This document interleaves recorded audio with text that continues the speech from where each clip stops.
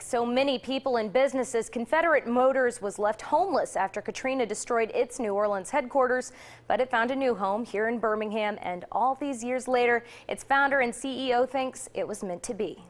It affects you in a more organic way, leading to a purely holistic result. Matt Chambers sounds more philosopher than a motorcycle-making CEO, but maybe that's what happens. You know, our insurance company bankrupted, and FEMA didn't have any programs for companies like ours. Or at least what intensifies after you go through something like Hurricane Katrina. But everybody just took a hell of a punch, you know, I mean a big one, like a knockout punch. You have to recover, you just have to, time heals.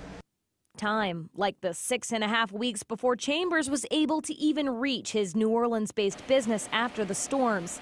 And when he finally did, he was left with nothing.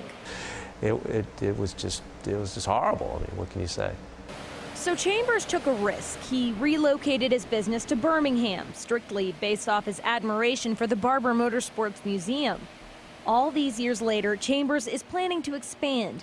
The bikes from Confederate Motors are a lot like their owner, ambitious.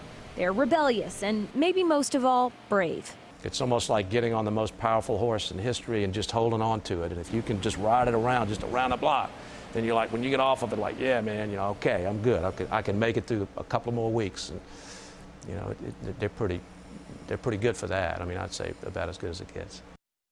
And Chambers tells us the company is ready to grow. They are finally back to where they were when they lost everything to Katrina.